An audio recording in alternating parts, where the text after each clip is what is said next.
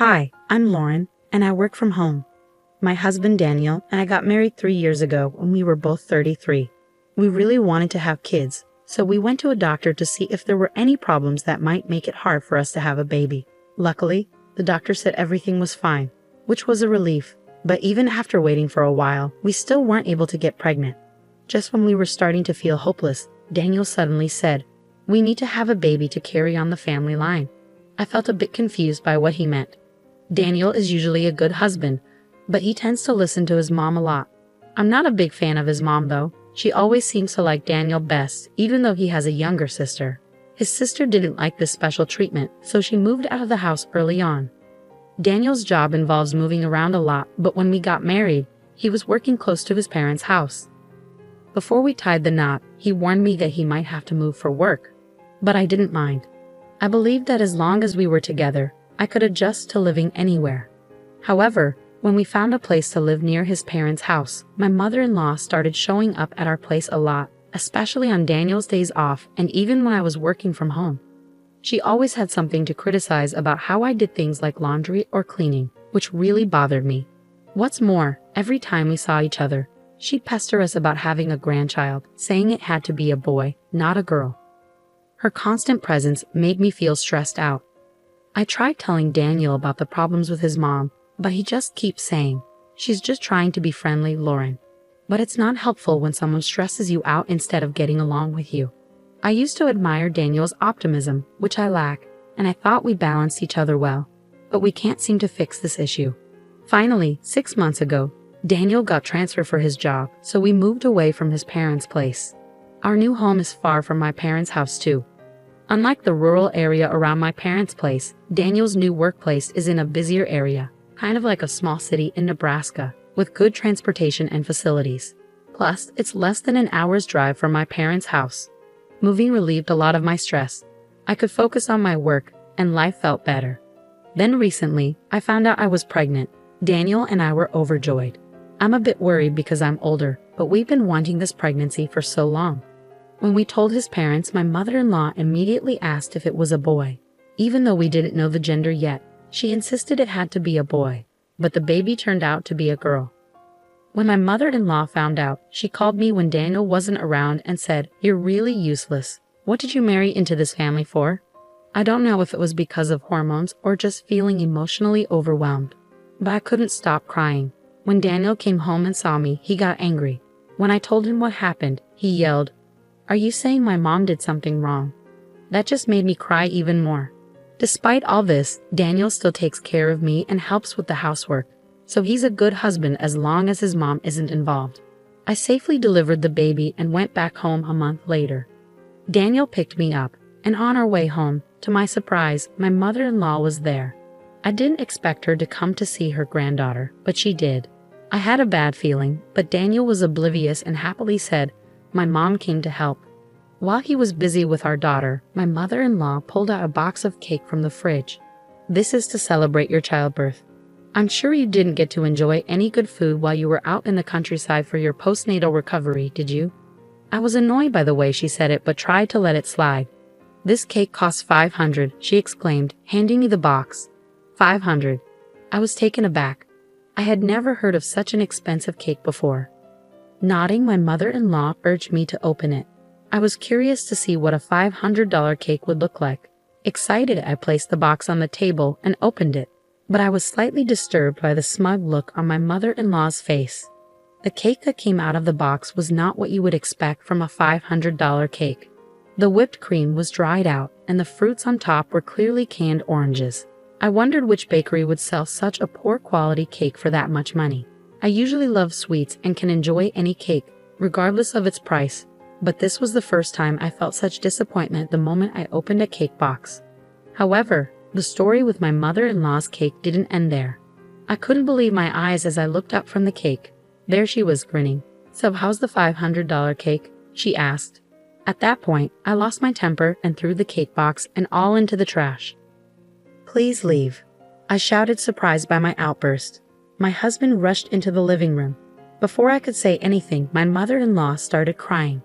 "Lauren is being so mean," she said, then pointed at the trash can. My husband looked at it and became furious. What the hell have you done? That was a cake my mom went through all the trouble to make. As I lost the opportunity to mention the supposed $500 cake, my mother-in-law chimed in. Yes, that's right. I made that cake for you, so it's worth $500. Ah, so that's what it was. Of course, there's no way a cake like that could cost $500. Not even $50. Honestly, I wouldn't even buy it for $5. Everything finally clicked into place. No bakery would make such a disrespectful cake. As I was trying to process it all, my husband yelled, "Lauren, apologize to Mom." It seemed like he always took my mother-in-law's side, no matter what. I stood there in shock, but then I heard our daughter crying, so I rushed to her. There was some noise from the other side of the door, but right then, my priority was comforting my daughter. After I finally got her settled down and returned to the living room, I found a note saying they had gone out to eat and that I should think about what I'd done. I was stunned. I wondered if I could stay living here with my husband, but I didn't know if it would be right to go crying to my parents. But I had nowhere else to go. While I was pondering this, I glanced at the trash can where I'd thrown the cake. It was still there, untouched. On a whim, I decided to take a picture of it. When I called my parents and told them everything, my dad said he'd come pick me up right away. I felt sorry for my newborn daughter. We had to move again, but it was better for both of us than staying where we were. My husband, who was supposed to be out for a meal, didn't come home as quickly as expected. My father arrived first. As he started loading our stuff into his car, my husband and mother-in-law finally came home. They seemed surprised to see my father there and got angry when they saw him carrying my things. "Where are you going? Running to your parents again, huh? You always flee to them whenever things go wrong." His words were harsher than usual. It seemed he'd been drinking. His face was red and he smelled of alcohol. Seeing him like that, I lost my temper. "You went drinking after leaving us, your wife and your newborn daughter, at home. Right now, I don't want to be in the same space as you two. That's why I decided to rely on my parents." Then my mother-in-law, who also smelled of alcohol, chimed in. "Good riddance, a daughter-in-law like you is scary." Her comments always grated on my nerves. "Fine, as you wish. I'll take my daughter and go. So please enjoy your time alone with my husband Daniel." When I said this, my husband looked confused, but I ignored him and got into my father's car. It seemed like my father was trying to keep his emotions in check and didn't intervene. The next day, my husband contacted me. "Where are you?" I woke up and was surprised to find you gone. All right, I had forgotten. Because he doesn't usually drink, but he tends to forget things when he does. I sighed. "Don't you remember? You left your hungry wife and daughter at home to go out to eat with your mother, and then you came back drunk. After being treated and spoken to like that, I couldn't stay there anymore." While my husband sounded surprised and flustered, I could hear my mother-in-law in the background. My anger from yesterday returned. "So your mother stayed over. I won't be going back to a home where such a rude person is staying." "What do you mean?" His voice lowered. "She might be your mother, but she's a stranger to me. I'm exhausted from childbirth and don't have the energy to be considerate of others. Who do you think was the cause of our infertility? It was because your mother kept visiting and stressing me out. Otherwise, there's no way I would have gotten pregnant so soon after we moved and she stopped visiting." I was relieved not to see her mother's face, but when I came back home with our daughter, your mother was there, and I just can't stand this. Though I knew I was saying some hurtful things with all the resentment I had been holding back, I couldn't stop myself. And then my husband shouted over the phone, "You're the worst. Come back right now and apologize to my mom." When he said that, it felt like time had stopped for a moment. The next words that came out of my mouth were, "What?" As if to mock him, I continued, "The reason why I'm here with our child is because of your mother's request." When I said this coldly, my husband let out a confused sound. "What? What do you mean? Your mother didn't want her daughter. She's always been saying that, hasn't she? She wanted us to have a son." Well, I didn't know how serious she was, but I was sure when I saw that cake. Cake. Did you see the chocolate plate? Huh, the chocolate plate on the cake? Or did you not even look at the cake itself? I had hit the nail on the head. The trash can where I threw out yesterday's cake was still empty, so it was probably still the way it was yesterday. With that in mind, I instructed my husband to go look in the kitchen trash can. But there's nothing in here. Did she get rid of the evidence in the middle of the night? Then why don't you ask your mother what was written on the chocolate plate and where she threw it away? Then I could hear their exchange on the other end of the phone. She was denying knowledge of any chocolate plate, suggesting that I was being delusional. She stubbornly refused to reveal where she discarded it. So how will my husband respond? She's saying she doesn't know anything about any plate. Even my husband sounded a bit hesitant. A bit weak, right? Wouldn't it be awful if Daniel saw that plate? Even if it's a lot of trouble, you got rid of it before he saw it, right? To get rid of the evidence, I could hear my husband's voice darken in the background. Behind my confused husband, I heard my mother-in-law's voice. Why don't you hurry up and come home? Tell her to entertain me. She's a really useless daughter-in-law. At her words, my husband finally seemed to be attempting to rein in his mother. I'm going to hang up and send a text. Maybe you and your mother should read it together. Contact me again when you're ready to talk. After saying that, I ended the call. I sent all the photos of the cake and played them for my husband. Within 30 minutes, he called back and said he would be heading over here right away. I stopped him. My father-in-law should be getting there soon. Stay there.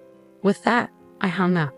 In reality, my own father had been so enraged by my husband's behavior yesterday that he had contacted my in-laws. He had reported everything to my father-in-law. Unaware of this, my father-in-law had apologized profusely and said that he would go to my husband and have a talk by evening. My husband and in-laws arrived at my parents' house. As soon as he arrived, my husband bowed deeply to me, apologizing. I don't know anything about what's been happening or what happened this time. I didn't know my mother said such things to Lauren. Looking at my seemingly repentant husband, I felt myself growing cold. Don't you think it's too late to say you didn't know? Didn't we have this conversation when we were living in our previous home? Despite that, you sided with your mother, saying she just wanted to get close to me and did nothing to change her attitude towards me and my words. My husband started to turn pale. Plus, you always said that your mom absolutely wanted us to have a son. What's that about? Are you always going to do whatever your mother says? Since you chose your mom over your wife, I guess you don't need me, do you? My husband turned pale and clung to me.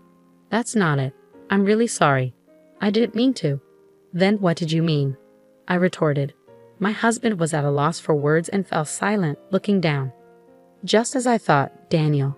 You chose your mom over your own wife and daughter, a mother obsessed with her eldest son and a mama's boy. I should have realized sooner. It's no wonder your sister left home early. With this, my husband retorted, I'm not some mama's boy. I care about you too.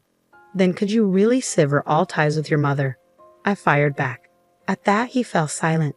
When I sighed, my mother-in-law, who was brought here by my father-in-law, yelled out, How can you say such a thing? Daniel and I are mother and son. We can never sever our ties. His father tried to calm her down, but she just wouldn't stop. To be frank, I never really liked you. I wanted a younger wife for Daniel, really. In that case, I'll be straightforward with you right now. I have divorce papers ready. If we divorce, then you and I can be strangers. Hearing this, my husband's face turned pale as he looked at me. I don't want to maintain a relationship with someone who would write these nasty things on my cake plate, I said coldly. Saying this, I pulled out my phone and showed everyone the picture of the plate that read, Take your daughter and leave. Upon seeing this, his father, perhaps not having been fully informed, angrily shouted at his wife, turning blue in the face. What you did to your own daughter, you did it against her daughter-in-law. I was shocked to hear this. Apparently, his mother had once served a birthday cake to her daughter with the words, I don't need a daughter, written on it, leading to their estrangement. Just how much she must hate women. Perhaps she thought she could get more attention by excluding the women close to her. Indeed, her son, Daniel, was acting just as she expected. When I handed my husband the divorce papers, he started making excuses. We just had a child. We shouldn't be getting a divorce. My mom just went a little too far this time. She was just jealous of you. Try to understand. Is that what you came here to say? I thought for sure you were going to tell me you were severing ties with your mother and coming back home. I'm never returning to that house. Then my father-in-law, who had been silent and pale-faced, spoke up. Daniel, sign the divorce papers. I'm done with this family. When I get home, I'm divorcing your mother too. What? His mother spun around at these unexpected words. I've thought about it a few times before, but I thought it was too late for a divorce and that I just needed to be patient. But now that I see you doing the same thing to another woman, I've reached my limit. Sign our divorce paper and leave our house.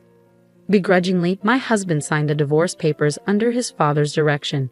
As a consolation, I received around $10,000 from his father. At first, I declined, but I accepted gratefully when he assured me it would be deducted from his wife's assets. My ex-in-laws really did get divorced, and his mother seemed to rely on Daniel. But he refused to take her in, blaming her for the circumstance. Indeed, the family fell out. His mother, who hadn't worked since they got married, lost all the money she received in the property division after investing it all in cryptocurrency, which someone had recommended to her as an easy way to make money. I received child support from Daniel every month, and now I'm raising our daughter with the help of my parents. I'm so happy to see our daughter growing up and doing great.